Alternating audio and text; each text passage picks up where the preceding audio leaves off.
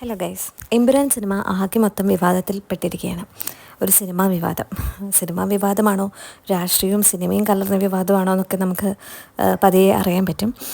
എന്നിരുന്നാലും ഈ സിനിമാ വിവാദം എന്ന് പറയുന്നത് നമ്മുടെ നാട്ടിൽ ആദ്യമായിട്ടൊന്നും നടക്കുന്ന കാര്യമല്ല.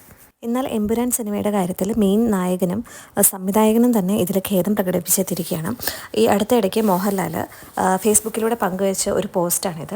അതിൽ പറയുന്ന ഇതാണ്: ലൂസിഫർ ഫ്രാഞ്ചൈസിൻ്റെ 2ാം ഭാഗമായി എമ്പുരാൻ സിനിമയുടെ ആവിഷ്കാരത്തിൽ കടന്നു വന്നിട്ടുള്ള ചില രാഷ്ട്രീയ സാമൂഹിക പ്രമേയങ്ങൾ എന്നെ സ്നേഹിക്കുന്നവരിൽ കുറേ പേർക്ക് വലിയ മനോവിഷമം ഉണ്ടാക്കിയതായി ഞാൻ അറിഞ്ഞു. ഒരു കലാകാരൻ എന്ന നിലയിൽ എൻ്റെ ഒരു സിനിമ ഏതെങ്കിലും രാഷ്ട്രീയ പ്രസ്ഥാനത്തോടോ ആശയത്തോടോ മതവിഭാഗത്തോടോ വിദ്വേഷം പുലർത്തുന്നില്ല എന്ന് ഉറപ്പുവരുത്തേണ്ടത് എൻ്റെ കടമയാണ്. അതുകൊണ്ട് തന്നെ എൻ്റെ പ്രിയപ്പെട്ടവർക്കുണ്ടായ മനോവിഷമത്തിൽ എനിക്കും എമ്പുരാൻ ടീമിനും ആത്മാർത്ഥമായ ഖേദമുണ്ട്. ഒപ്പം അതിൻ്റെ ഉത്തരവാദിത്വം സിനിമയിലേക്ക് പിന്നിൽ പ്രവർത്തിച്ച ഞങ്ങൾ എല്ലാവരുടേതുമാണെന്ന് തിരിച്ചറിവോടെ അത്തരം വിഷയങ്ങളെ നിർബന്ധമായും സിനിമയിൽ നിന്ന് നീക്കം ചെയ്യാൻ ഞങ്ങൾ ഒരുമിച്ച് തീരുമാനിച്ചു കഴിഞ്ഞു. കഴിഞ്ഞ 4 പതിറ്റാണ്ട് നിങ്ങളിൽ ഒരാളായാണ് ഞാൻ എൻ്റെ സിനിമാ ജീവിതം ജീവിച്ചത്. നിങ്ങളുടെ സ്നേഹവും വിശ്വാസവും മാത്രമാണ് എൻ്റെ ശക്തി. അതിൽ കവിഞ്ഞൊരു മോഹൻലാൽ ഇല്ല എന്ന് ഞാൻ വിശ്വസിക്കുന്നു. സ്നേഹപൂർവ്വം മോഹൻലാൽ, L2E എമ്പുരാൻ. ഇതായിരുന്നു ആ പോസ്റ്റ്. മോഹൻലാലിൻ്റെ ഇതേ പോസ്റ്റ് തന്നെ ഈ സിനിമയുടെ സംവിധായകനും നടനും കൂടിയായ പൃഥ്വിരാജ് സുകുമാരനും റീഷെയർ ചെയ്തിട്ടുണ്ട്. സെയിം പോസ്റ്റിന്. അപ്പോൾ അവർ ഒരുമിച്ചാണ് ഈ ഭാഗങ്ങളൊക്കെ ഇതിൽ നിന്ന് കട്ട് ചെയ്യാൻ തീരുമാനിച്ചതെന്ന് അതിൽ നിന്ന് വ്യക്തമാണ്. അപ്പോൾ ഈ എമ്പുരാൻ സിനിമ ഇറങ്ങിയതിന് ശേഷം മോഹൻലാലിന് ഒരുപാട് നെഗറ്റീവ്സ് അല്ലെങ്കിൽ ഒരുപാട് വിവാദങ്ങളിൽ ഏർപ്പെട്ടു പോയായിരുന്നു മോഹൻലാൽ. അപ്പോൾ അതിൻ്റെ പേരിൽ മോഹൻലാൽ വിഷമത്തിലാണെന്നും അതിനെതിരെ പ്രതികരിച്ചുകൊണ്ട് മോഹൻലാലിനെ എല്ലാവരും കുറ്റപ്പെടുത്തിയെന്ന് പറഞ്ഞ് പൃഥ്വിരാജിനെയൊക്കെ കുറ്റപ്പെടുത്തിക്കൊണ്ട് നമ്മുടെ മേജർ രവി രംഗത്ത് വന്നിരുന്ന ഒരു ലൈവൊക്കെ ഇട്ടായിരുന്നു. അതിൽ മേജർ രവി മെയിനായിട്ട് പറഞ്ഞത് മോഹൻലാലിനെ സപ്പോർട്ട് ചെയ്തുകൊണ്ടുള്ള കാര്യങ്ങളും അതേസമയം പൃഥ്വിരാജ് പോലുള്ള സംവിധായകരെ ഒരുമാതിരി കുറ്റപ്പെടുത്തുന്ന രീതിയിലുള്ള സംസാരമായിരുന്നു അതിൽ.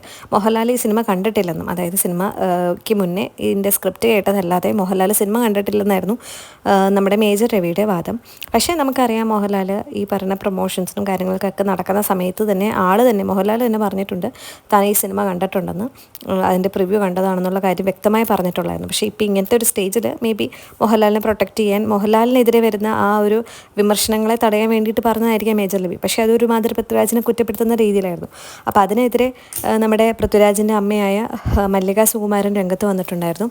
അതേക്കുറിച്ച് പോസ്റ്റ് ഇട്ടുകൊണ്ടായിരുന്നു മല്ലിക സുകുമാരൻ രംഗത്ത് വന്നത്.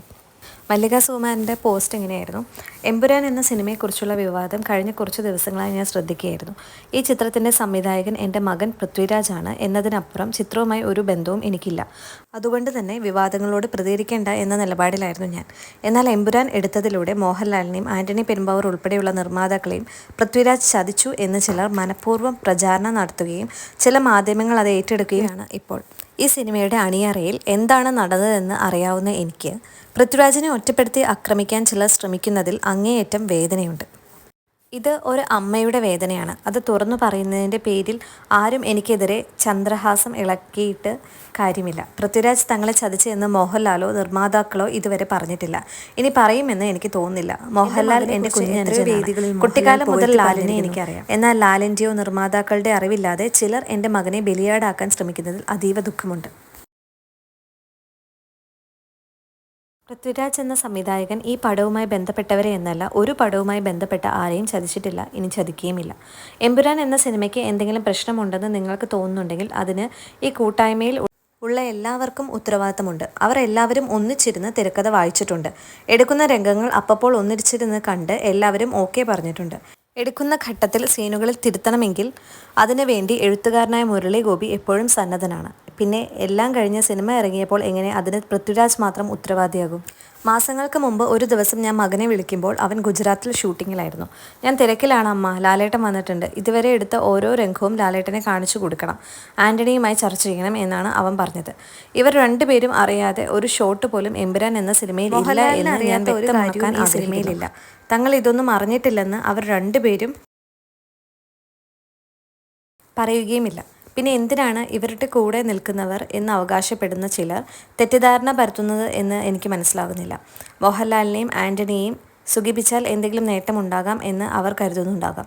അവർ നേട്ടമുണ്ടാക്കിക്കൊള്ളട്ടെ. മോഹൻലാൽ അറിയാതെ സ്ക്രിപ്റ്റിൽ പലതും എഴുതി ചേർത്തു എന്ന് മോഹൻലാൽ പ്രിവ്യൂ കണ്ടിട്ടില്ല എന്നുമുള്ള കള്ളപ്രചരണങ്ങളാണ് ഇപ്പോൾ നടത്തുന്നത്. പ്രിവ്യൂ ഇല്ലാതിരുന്നത് കൊണ്ട് തന്നെ തിരക്ക് ഒഴിവാക്കാറുള്ള ഞാനും എൻ്റെ മരുമക്കളും കൊച്ചുമക്കളും സിനിമ കണ്ടത് റിലീസ് ദിവസമായിരുന്നു.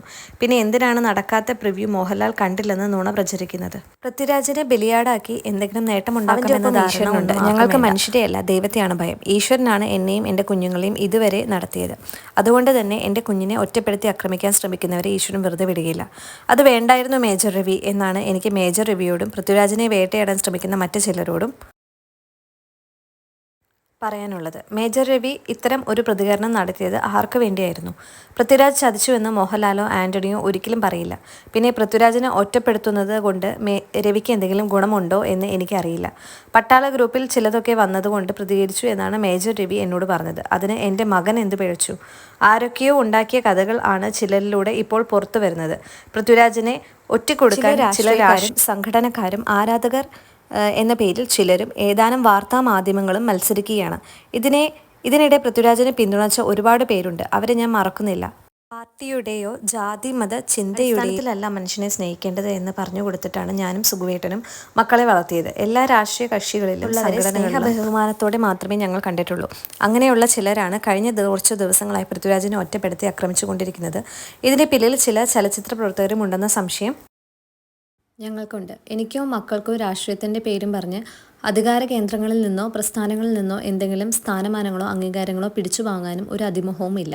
അങ്ങനെ എന്തെങ്കിലും സംഭവിക്കാതിരിക്കാൻ വേണ്ടി ആണ് ഇങ്ങനെ വേട്ടയാടുന്നതെങ്കിൽ അവരോടാണ് ഇക്കാര്യം പറയുന്നത്. പൃഥ്വിരാജ് 10ാം ക്ലാസ്സിൽ പഠിക്കുമ്പോൾ ആണ് അവൻ്റെ അച്ഛൻ മരിച്ചത്. നല്ലതും ചീത്തയും പറഞ്ഞു കൊടുത്തു തന്നെയാണ് ഞാൻ എൻ്റെ മക്കളെ വളർത്തിയത്.